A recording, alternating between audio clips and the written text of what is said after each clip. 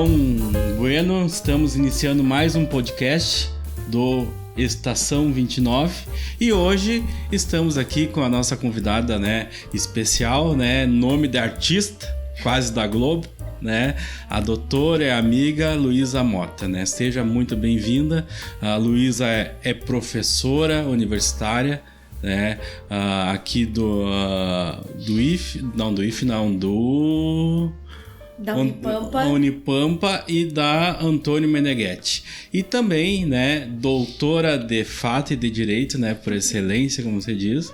E seja bem-vindo, então, ao nosso podcast, a este bate-papo aqui que hoje queremos conhecer melhor a nossa amiga aqui. Aqui não tem Vossa Excelência, doutora, foi só no início agora, Então, seja bem-vindo. Eu vou dar as boas-vindas. O nosso podcast é o Estação 29, um oferecimento de Bela História, Antiquário, Brechó e Restauração de Imóveis e Classic Filmes, loja de acessório e produtos automotivos. Luísa, muito bem-vinda. E o Rodrigo, eu vi o teu livro ali sobre inteligência artificial, nessa área de criminologia principalmente. Lançou há poucos dias, inclusive. E fala para nós esse livro aí, para a gente começar. Muito bem, muito obrigada, primeiramente pelo convite, Gostaria de dizer que estou muito feliz de participar desse programa do Paralelo 29. É uma imensa satisfação, agradecer o convite, e é sempre importante conversar com amigos, e também expor um pouquinho o que eu venho trabalhando. Não só na docência, como professora universitária, mas também como advogada criminalista e ambiental, que são duas áreas de atuação que eu trabalho propriamente, especificidade, enfim. E mais uma vez gostaria de agradecer pelo convite. Sobre o livro, o recentemente lançado Inteligência Artificial. O livro ele surgiu da tese de doutorado. Então, quando eu me disponibilizei a escrever sobre inteligência artificial, eu já tinha, desde o início, já sabia das dificuldades, porque a inteligência artificial ela não é uma área trabalhada dentro do direito, Então a inteligência artificial ela faz parte dos sistemas de informação, então eu já tinha ciência da dificuldade que eu enfrentaria nessa escrita por ser uma área que não propriamente do direito, ainda que tenha toda a ligação, Mas, enfim, o livro fala da inteligência artificial, mas instrumentalizada dentro da decisão judicial penal. Ou seja, aquela decisão proferida por um magistrado seria proferida por algoritmos, por uma inteligência artificial. Ou seja, ao invés do juiz dar uma sentença, por exemplo, escrever uma sentença, o robô faria esse papel. Exatamente isso, Zé, exatamente isso. A minha análise é exatamente, o foco é dentro da decisão penal. Então é como se eu tivesse um cliente condenado por uma inteligência artificial. Então, meu cliente vai receber uma pena de 10, 12 anos, 8 anos, uma decisão proferida pela inteligência artificial. Se o algoritmo não gostar do sujeito, do réu, aí ele tá lascado. A gente... no livro eu trago muitas questões relacionadas a isso, Deixa eu só... mas o juiz físico ali, essa inteligência artificial, ela substituiria o juiz físico? Eu creio que não seja isso. A pessoa, um juiz humano, um sapiens, ele depois ele conferir aquela sentença ali, seria só o algoritmo para agilizar, não seria isso? Como ainda não há esse tipo de decisão, enfim, no Brasil, até onde eu sei, até a finalização dos trabalhos do livro, no Brasil nós não tínhamos. O que acontece? Nós temos sistemas na Inglaterra que já utilizavam para proferir decisões em processos não tão complexos. Então tem vários sistemas lá que já utilizam. O que acontece?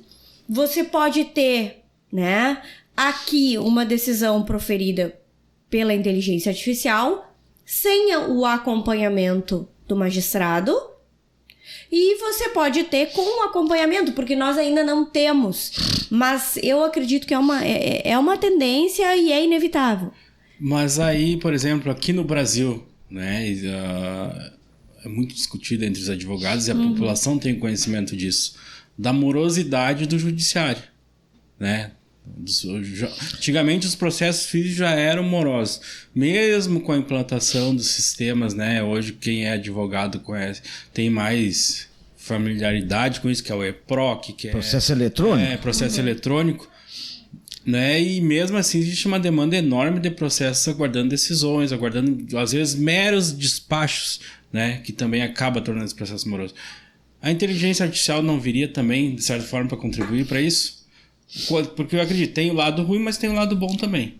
Em toda a obra eu vou trazer essa questão, né? Esse embate. E essa ideia, ela surgiu exatamente do que tu colocaste aqui, Rodrigo. Por quê? Porque eu não posso utilizar a morosidade como algo que justifique a utilização indistintamente dessa inteligência artificial. Então, o que nós temos, né? Essa ideia da morosidade, ela pode conflitar na medida em que eu tenho número versus qualidade. Então, eu sempre falo, inclusive em algumas palestras que eu já dei, enfim, eu sempre coloco essa questão, quantidade versus qualidade. Então, qual será a qualidade? Eu também preciso, é claro que eu preciso que os processos, né, caminhem, andem num tempo menor, mas de outro lado, eu também exijo uma qualidade. Por quê? Porque ali a gente está falando de ser humano, né? De ser humano. E cada ser humano tem a sua individualidade, tem o seu pedido, e o seu pedido é importante. Porque uma coisa a inteligência artificial expedir um mandado, dar um despacho qualquer, cumpra-se isso, cumpra-se aquilo. Outra coisa é decidir uma pena, né? Se uma pessoa vai ser condenada ou não. Essa questão, me parece, né? O grande embate, porque quando eu entrei, o doutorado é na área criminal, então a minha pesquisa foi toda na área processual penal, que advém a decisão judicial penal, né? Então, quando eu estava estudando, eu entrei no doutorado com uma outra ideia. Eu queria trabalhar com maxis processos, Operação Lava Jato. E durante o doutorado eu comecei a estudar um pouco sobre inteligência artificial. E eu comecei a pensar, olha, eu sei que é inevitável. O avanço da inteligência artificial é inevitável. E como isso irá refletir dentro do meu cenário de trabalho? Então, eu sou advogada criminalista, eu sou professora de direito penal, eu vou ali, eu trabalho com os alunos a sentença.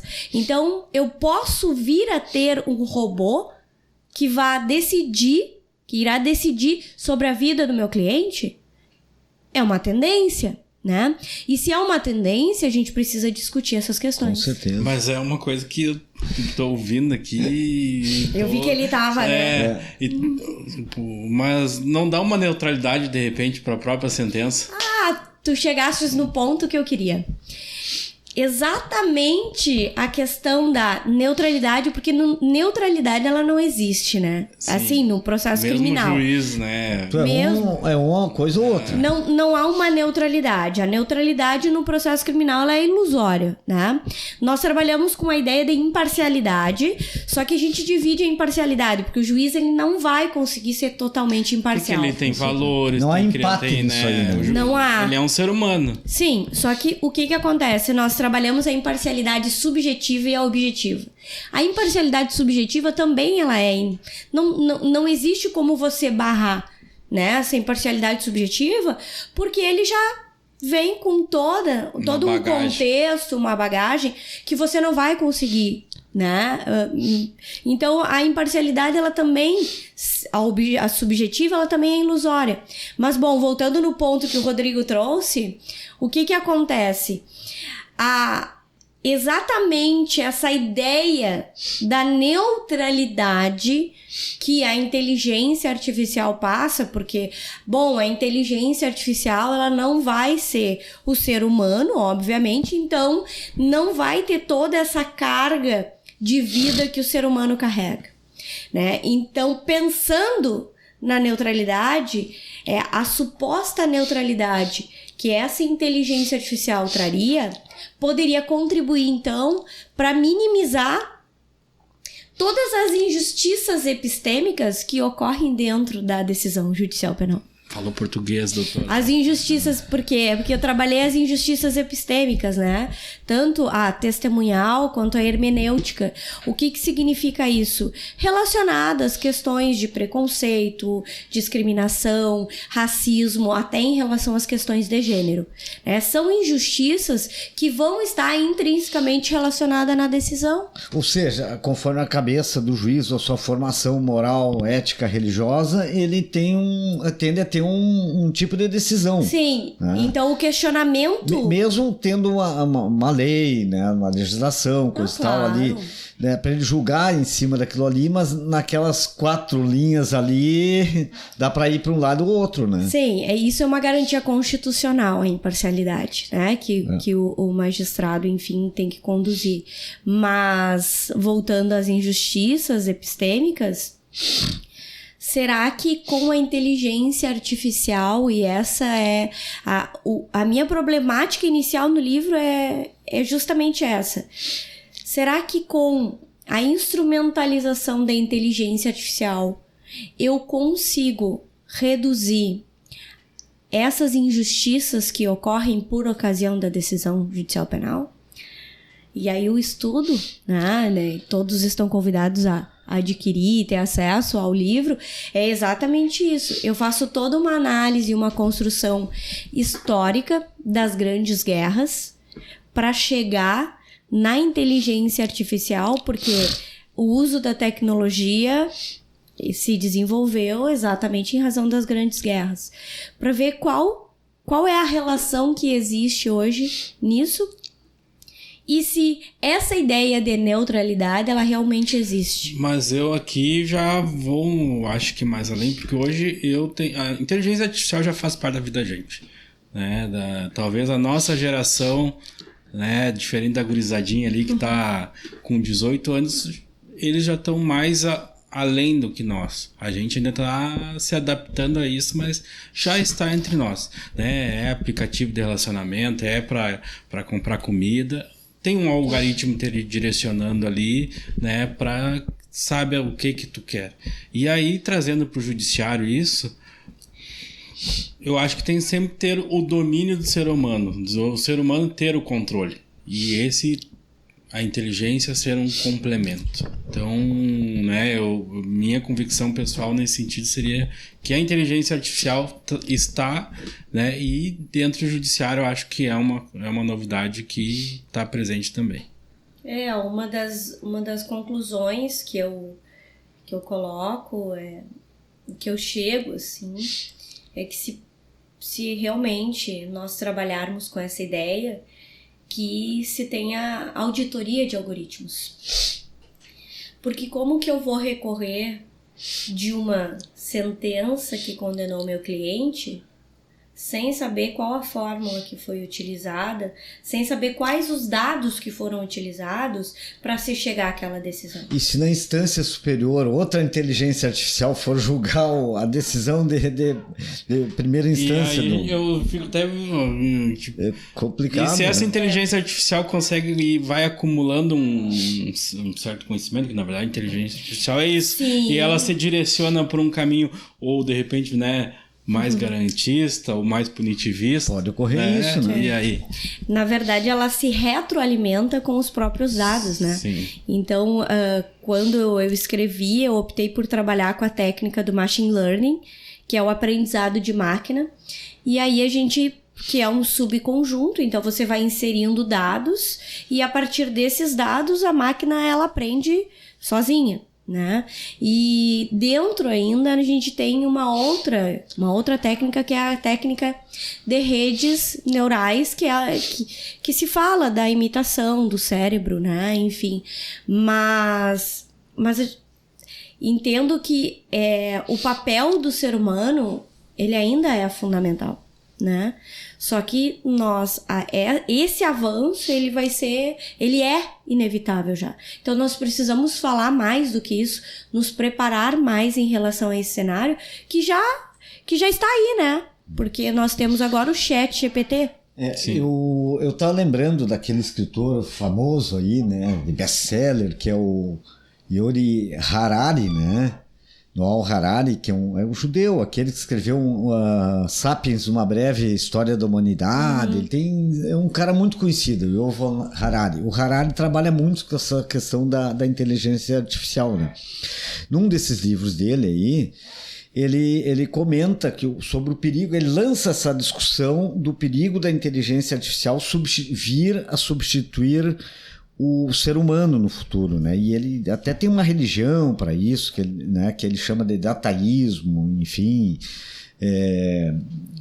que lida com essa questão, né? Enfim, ele não chegou a tratar dessa questão do judiciário, mas trata da questão da inteligência artificial substituindo os humanos em todas as áreas. Ele não cita essa especificamente. Na medicina, que ela poderia ser capaz de fazer um diagnóstico melhor, enfim, mas há aquelas questões. Como que uma máquina ela vai ter essa capacidade de entender um ser humano tal qual um ser humano, né? Realmente, né? Eu acho que o teu livro, não sei se tem algum outro no Brasil, já deve ter algum estudos, enfim, mas tem algum, ele é pioneiro nesse sentido? Acredito que trabalhando a decisão judicial penal talvez seja pioneiro, né? Nós temos, claro que nós temos alguns autores que já trabalham com isso, né? Que é o professor Alexandre Moraes da Rosa, enfim, ele tem alguns estudos que trabalham com o sistema, ele nomeia sistema, que são formas de pensamento, né? Então ele traz o robô que faria, em um dos livros dele, ele trabalha com o robô, né? Mas a forma como eu trago instrumentalizada a inteligência artificial também, enquanto instrumento do modelo de desenvolvimento que nós temos, eu acredito que seja pioneiro. Pois é, porque me chamou a atenção que nem no livro, porque o Harari é um cara assim, né, best-seller mundial, ele trata dessas questões, ele não me chamou a atenção isso aí, nessa questão de uma decisão que é importante, né, que é uma decisão, uma sentença sobre a vida da pessoa, enfim, ele não trata isso aí. Claro, Zé, com foco específico na decisão, que é na sentença penal condenatória, não. Com foco específico nesse tema, não. E aí, Luísa, tem um outro detalhe que eu acho que é bem importante também, e agora como advogada, né, colega e professora, é a questão da legislação, né? A legislação hoje brasileira, né, não sei também se ele teve um estudo na questão internacional, né, que já tem em outros países, mas a nossa legislação, porque o que dá para perceber hoje é que a inteligência artificial ou essa parte tecnológica, ela tá avançando muito rápido. No tempo que eu era guri, por exemplo, olhava os filmes lá do futuro, já diziam que o futuro ia ser de tal forma que tem coisas que estão acontecendo realmente, que era, né, ficção ali, mas que está hoje, né, se colocando na nossa sociedade. Mas a legislação hoje, né, de que forma você vê isso hoje? E o que precisa avançar, né? Ou talvez chegar no mesmo ritmo da inteligência artificial, na velocidade da inteligência artificial. Porque se não tiver uma regulamentação, né? Perfeito, Rodrigo. A legislação não consegue acompanhar os avanços. Tá?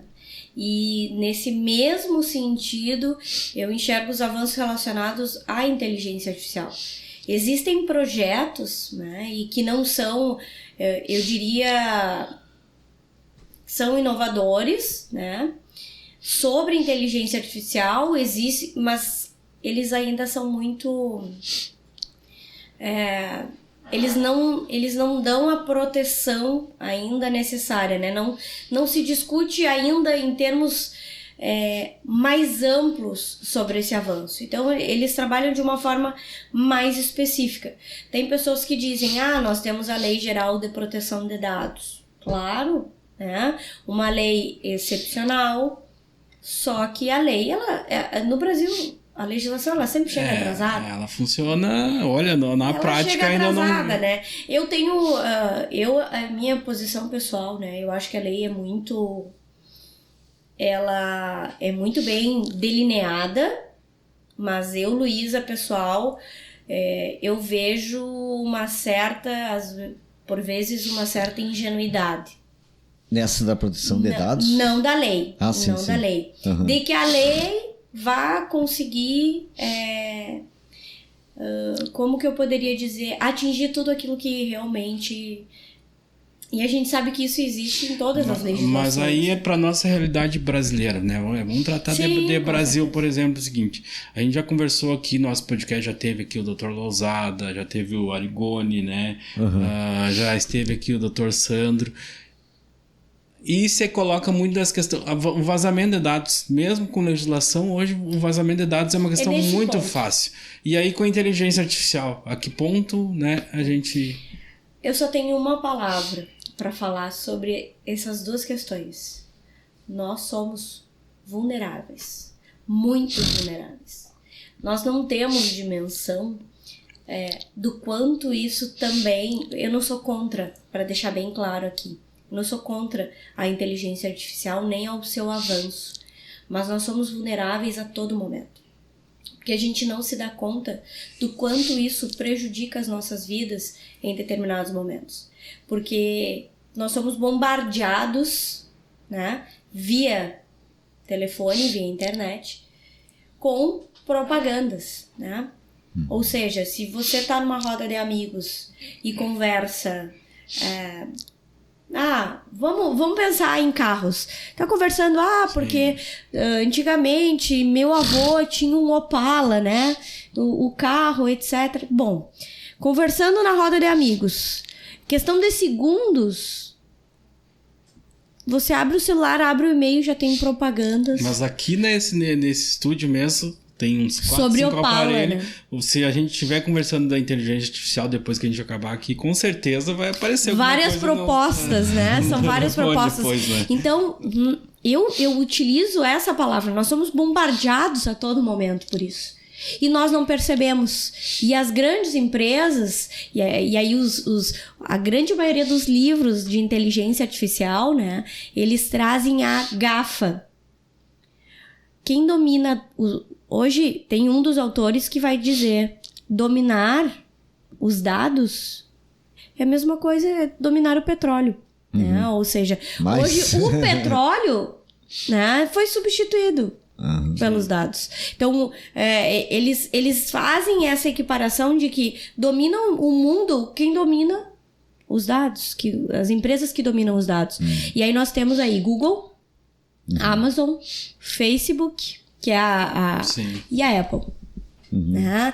Então, a grande maioria dos livros da inteligência artificial vai trazer essas grandes empresas que dominam, de certa forma, a sociedade. Eu uso esse reloginho aqui, eu tenho até medo, às vezes, porque eu digo, sabe tudo da minha saúde. Elas dominam o mundo. Dominam o mundo, e eu vou dizer, Zé, eu tô resistindo ao reloginho.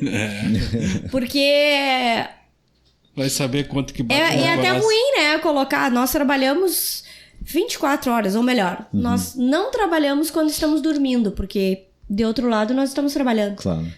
O celular, e com o reloginho, eu vou estar toda hora. Né? O momento que talvez eu não pudesse lembrar de alguma coisa, o reloginho vai me lembrar. Vai mandar uma mensagem. Como... Evidentemente, como profissional do direito, acho já expressou isso, mas isso é assustador, né? No sentido esse que nós estávamos falando. Sim, com certeza. É uma das Não sei se não tá na contracapa do livro, né? É um cenário assustador, não só em termos de direito, tá? Mas em termos de humanidade, até pelas questões de trabalho, né? Porque muitas pessoas falam, vai reduzir consideravelmente o número, né, de trabalhadores, mas sempre vai precisar... Porque daqui a pouco ela pode substituir um advogado. Né? Sim. Né? Ela vai saber fazer uma petição. Existem algumas profissões já foram substituídas. Tá? Exato. E a tendência é que profissões... O advogado tá na listinha lá já. Tá na listinha. É que mais profissões sejam substituídas. Só que... Mesmo aquelas que geram... Mas né, o Zé é até mais estudioso do capitalismo do que, né... Agora tu me mas botou a inteligência artificial é o capitalismo na sua versão mais perversa, né, que está se adotando, né, que na verdade a inteligência artificial, quem está no comando que é lucro, que é dinheiro, né, ele não está fazendo pelo bem da humanidade, ele está ganhando com isso. Eu vou dizer, Rodrigo, que eu faço essa análise no livro, né, eu trago toda a história para colocar... Eu já me desculpo porque eu não tive tempo de ler o livro ainda, né? Mas olha, Zé, eu vou ter que emprestar leitura obrigatória agora. Não, com certeza, com certeza. Não, mas com certeza, eu recomendo. Mas, enfim, são os 3 eixos que eu faço análise, né?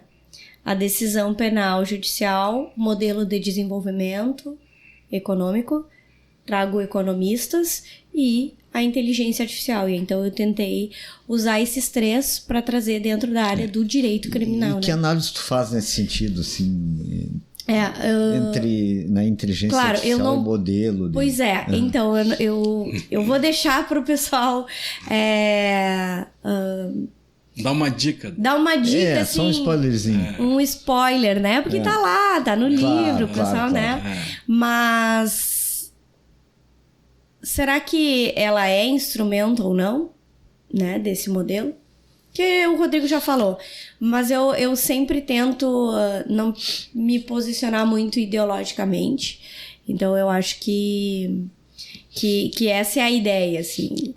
É claro que no livro eu vou trazer, né, sobre essas questões, mas especificamente ali eu trabalho com a instrumentalização dela enquanto modelo, só que basta a gente analisar hoje quem domina, né?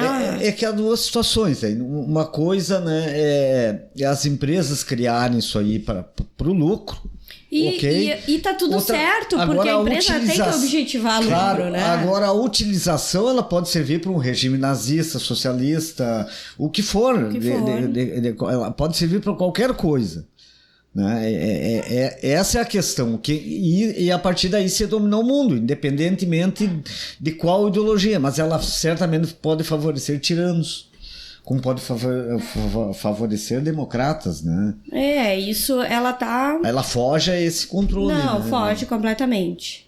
Claro, eu tento... Eu estudei um autor de história que traz o papel da tecnologia no Holocausto, né? Então... E aí eu discorro no 3º capítulo do meu livro o papel da tecnologia lá. Naquela época. Porque se não fosse a tecnologia, nós não tínhamos o número de judeus mortos que nós tivemos. Porque graças à máquina, né, a Olerite, que conseguiu se alcançar um número maior de judeus. Então a tecnologia ela contribuiu lá.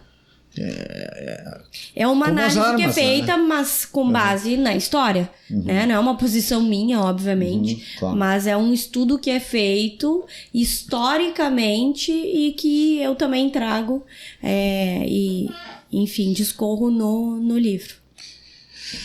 Luísa, né, eu acho que esse assunto é bastante instigante, né, porque está cada vez mais presente em nossas vidas, né, o ChatGPT depois que passou a pandemia, ele começou a se fazer cada vez mais presente.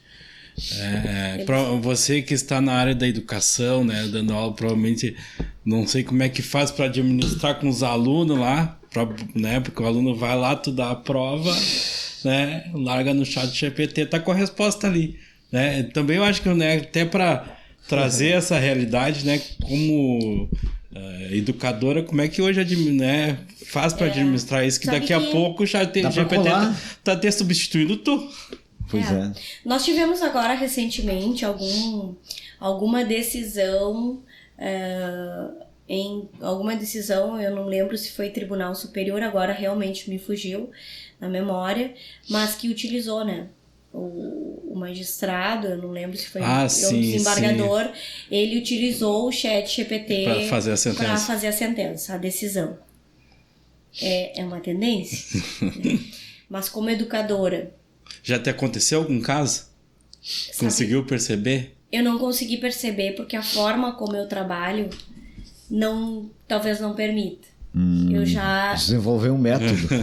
Não, na verdade, as minhas atividades em sala de aula e extra, né, sala, talvez elas não permitam a utilização.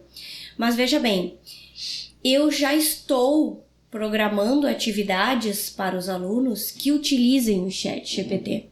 Porque eu também não posso desvincular e querer que isso não faça parte. Sim. Né? Ele tá ali, ele já existe, então eu tenho que aprender a lidar com isso. Eu, Luísa, eu não utilizo o chat GPT como instrumento de trabalho comigo. Não.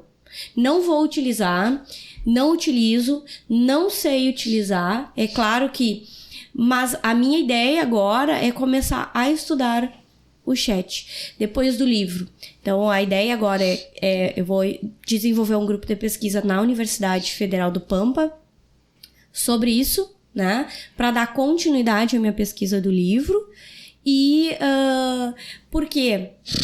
Eu não utilizo porque, para mim, é como se fosse um esvaziamento da minha intelectualidade. Eu entendo como isso. Mas eu sei de muitas pessoas que utilizam o chat GPT para produção de artigo científico, para produção de petição, né? Os alunos. Então, com os alunos, o que eu fiz, né? Eu já criei uma atividade no seguinte sentido. Eu tenho a unidade 9 e 10 do plano de ensino, que é isso e isso. Então, vocês vão formular questões sobre isso para mim, que o chat GPT pode trazer. Mas eu já digo, se tiver sujeito a plágio, é 0, aquela coisa toda, né? Mas eu peço para eles questionarem duas perguntas, né? Para que eles façam 2 perguntas para o chat GPT sobre o conteúdo, para que o chat GPT apresente a resposta sobre o conteúdo, que eles se posicione em relação às respostas trazidas. Então, eu quero que eles façam uma análise do que o chat GPT está pensando sobre o nosso conteúdo. É uma forma, né? Porque eu trabalho com jovens, então eu preciso agregar isso também na vida deles. Porque isso já faz parte. Então, é uma forma que eu encontrei para fazer algumas atividades que estejam... então tá. Se ele existe, se você vai utilizar, faça as perguntas para ele, veja a resposta e diga para mim o que você acha das respostas em conformidade com os autores que nós trabalhamos. Sim, é uma forma de trabalhar essa tecnologia que está aí, que existe. E né? até porque a linha, né, ela escreveu sobre isso, não pode ir contra, né? Porque o copia e cola, esse tipo de coisa assim, também tem um limite, né? Porque a pessoa, para argumentar, ela não pode simplesmente... E eu gosto de trabalhos mais criativos, então eu peço para eles analisarem séries, por exemplo, e para eles apresentarem oralmente sobre aquilo, ou criarem um material, né? Então tem coisas que eles não vão conseguir utilizar o chat. Sim. E uma coisa também, Luísa, né? É mulher, é advogada, professora, né? Para chegar a essa trajetória, né? Escreveu um livro, agora o doutorado, né? Jovem ainda, né? Não é uma trajetória, acredito que... como que fez para chegar até isso? Até como a gente tem essa curiosidade, quem está assistindo provavelmente deve ter a mesma curiosidade, né? Sim. São muitos desafios, né? Porque eu venho de uma família que não tem advogados. para começo de conversa. Não é herdeira de escritório. Não sou herdeira de escritório, exatamente, né? Nada contra, mas Sim. O desafio é muito maior. Então, eu sempre tive metas. E advogada criminalista, né? Porque geralmente a área criminal, ela ainda É uma área consideravelmente constituída por homens, sim. Mas sabe que eu tive uma inspiração. Quando eu estava na graduação, eu tive professores homens, professores excepcionais, inclusive o delegado Sandro. E eu acho que eu estava na metade do curso ou mais, já tinha passado por 4 disciplinas de penal, uma de processo penal, e quando chegou no processo penal 2, entrou uma mulher para dar aula de processo penal para mim. Uma mulher maravilhosa, super empoderada, hoje minha grande amiga, que é a doutora Viviane, ela é juíza militar, sim. Viviane Pereira. E ela entrou, eu nunca vou esquecer do primeiro dia de aula dela. Ela foi uma grande inspiração, porque uma mulher professora de processo penal, né? Então nós temos muitas inspirações e grande parte das nossas inspirações, elas surgem a partir dos nossos professores também.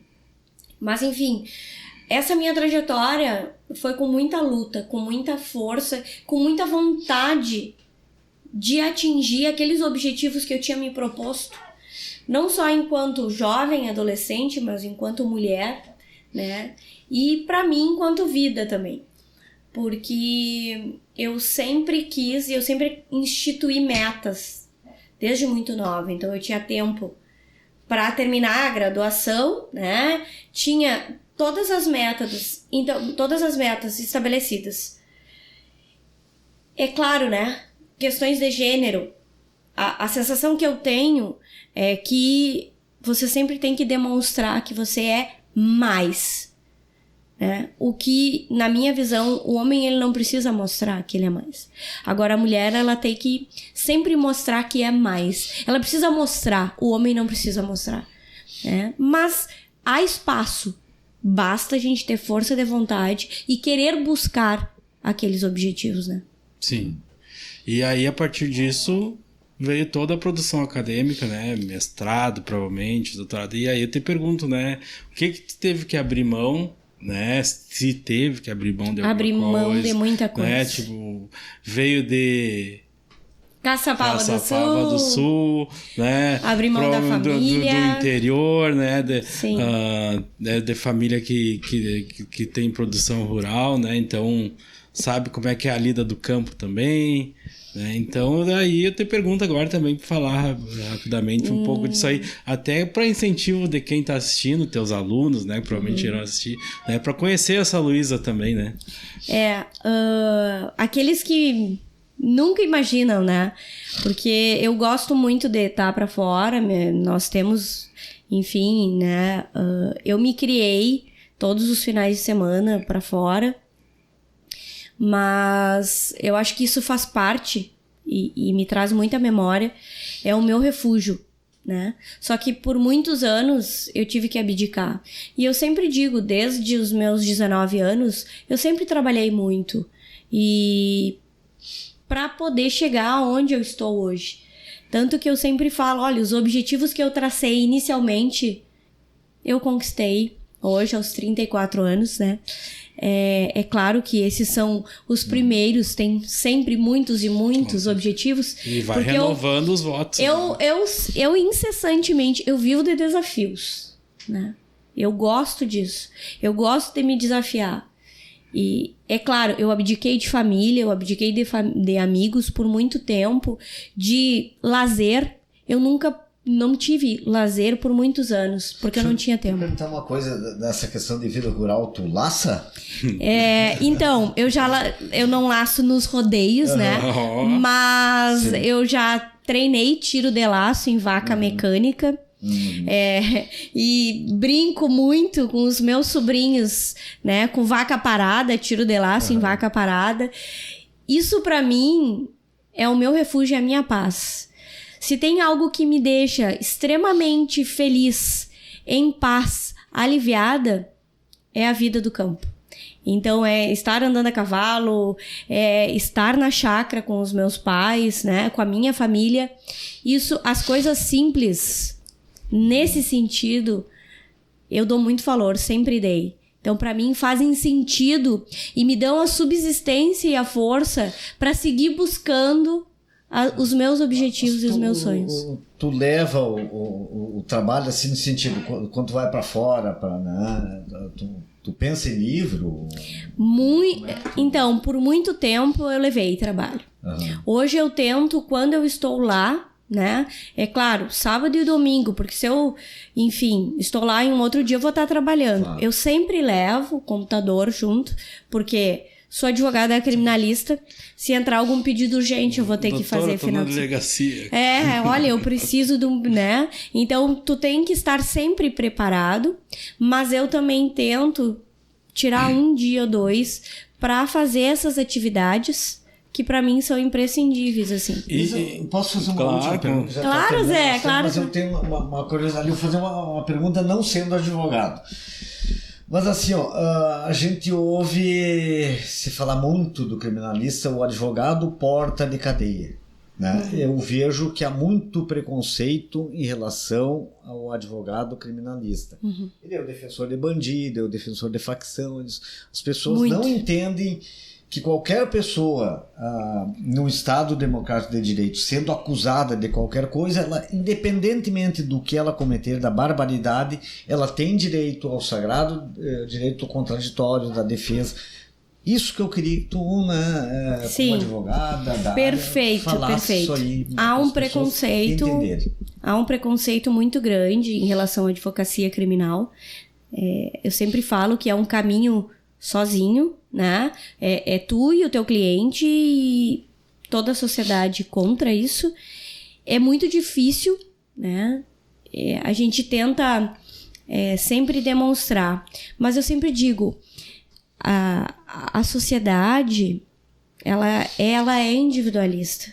As pessoas que pensam dessa forma são as pessoas que pensam não além, né? E você pensa que é advogado de porta de cadeia até você ter um filho que precisa de um advogado criminalista. Até você ter uma mãe, né? Até você ter alguém próximo a você que necessite. Porque todos nós somos vulneráveis e podemos cometer crime a qualquer momento. Então eu posso sair daqui, alguém pode se atravessar na frente do meu carro e eu atropelar e essa pessoa vira óbito. O que eu tenho? Um homicídio culposo, né? Ou seja, qualquer um está sujeito ao cometimento de crimes. Mas a sociedade, ela é muito fechada, né? E por ser fechada e não se colocar, até que isso, né, se apresente como uma situação e eu necessite, é a mesma coisa. Daqui a um pouco eu vou cair na malha fina, vou responder criminalmente porque não fiz as correções, etc. Eu vou precisar de um advogado criminalista, né? Nós ainda temos preconceito com a advocacia criminal, como ainda há preconceito com diversas outras situações. E aí, voltando de novo, talvez nas tecnologias, na inteligência artificial, que hoje se tornou muito comum, que é os milhares de juízes que temos nas redes sociais, né? O cancelamento, né? E o advogado, qualquer pessoa pode passar por isso também, né? Sim, com certeza. Que está presente bastante. Estamos sujeitos todo dia, né? Mas, Luísa, só para, né, uma última pergunta ali, que tu teve, né, como é que tu chegou até o Rio de Janeiro, né? Eu acho que pra gente terminar agora, né, como que, né, a gente tem diversas universidades aqui, nós temos a nossa Universidade Federal, né, mas um doutorado no Rio de Janeiro, né? Como que foi esse processo para ti, né?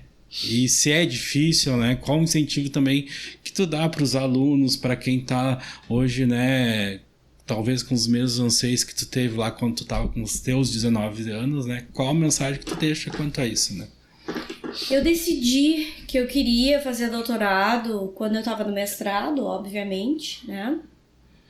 E a minha ideia, como eu estava cursando mestrado na UFSM, aqui na na Universidade Federal de Santa Maria, tinha uma orientadora que dizia, olha, vocês têm que voar, alçem voos altos. Tá? E eu pensava, olha, eu não posso fazer o mestrado na mesma instituição, no mesmo lugar. Eu preciso conhecer novas pessoas, novas possibilidades, né? E estudar outra área, porque o meu mestrado é na área ambiental. Então, o que eu tentei desde sempre? Vincular as minhas áreas acadêmicas de pesquisa e de atuação prática, né? E também como professora. Então, eu uni o mestrado ambiental e eu queria muito fazer o doutorado na área criminal. E estabeleci que eu gostaria muito de trabalhar com universidades federais, então, que são processos seletivos bem desafiadores, não é fácil, né? Tu tem que querer muito, mas não basta querer, tu tem que ter muita dedicação, né? Muita busca. E aí foi que eu pensei, olha, no primeiro ano eu fiz em 3 universidades federais, que eu gostaria. No segundo ano eu tentei, e uma dessas universidades federais que eu tentei foi o Rio, porque no programa de doutorado da Faculdade Nacional de Direito, que foi a primeira faculdade de direito do país, né, da Universidade Federal do Rio de Janeiro, tinha um professor que era renomado na área processual penal, que era o professor Geraldo Prado. Claro que de início eu pensava, mas o professor, né, não me conhece, eu saí do interior de Caçapava, eu sou de Santa Maria, enfim. E aí eu pensei, olha, o não eu já tenho, mas eu preciso ir até ele, eu preciso tentar, né? Eu sempre conto essa história para os meus alunos, porque eu não tinha nenhuma indicação, eu nunca tive, né? Tudo que eu conquistei foi por mérito, foi por esforço, foi por dedicação, e eu não tenho vergonha nenhuma em dizer isso. Sim. E então eu estudei, montei um projeto de doutorado, enviei e acabei sendo, claro, essa história é muito legal, mas em uma outra oportunidade, sim, eu quero, né, se tiver oportunidade, em outro momento eu comento em detalhes, mas aí eu fui, então, selecionada. Num primeiro momento eu não acreditava, né, porque esse professor, ele é extremamente conceituado, não só no Brasil, como no exterior. Então, eram 12 vagas de doutorado por ano, e eu fui selecionada naquele ano para ser orientada por ele. Então, foi para mim uma realização completa. Acho que até hoje eu retomo, né, toda essa trajetória para compreender algumas questões da minha vida hoje. Fui muito feliz, com muitos desafios, porque eu larguei toda a vida que eu tinha em Santa Maria. E eu fui criticada, né, por amigos, mas eu precisava buscar o meu sonho. E eu me programei para esse sonho. Eu me programei muito. E aí fui. E então no ano de 2018 eu morei no Rio para fazer o doutorado na Universidade Federal do Rio de Janeiro. Parabéns, então. Luísa, infelizmente o nosso tempo tá estourando, né? A gente agradece, né, a tua disponibilidade de vir aqui, né? E obviamente que a gente, né, vai bater outros papos aí. Agradecer mais uma vez, né, Luísa Mota, né, pela presença no nosso podcast aqui, o Estação 29, e sempre as portas estarão abertas aqui, com certeza virá outras vezes para falar da área da advocacia, né, criminal, na área ambiental também, tem diversos outros assuntos, né, mas agradeço a tua presença e para quem está assistindo, né, curte, compartilha, né, o nosso canal lá do Paralelo 29, e toda sexta-feira às 19 horas sempre teremos um novo episódio. Até a próxima, muito obrigado.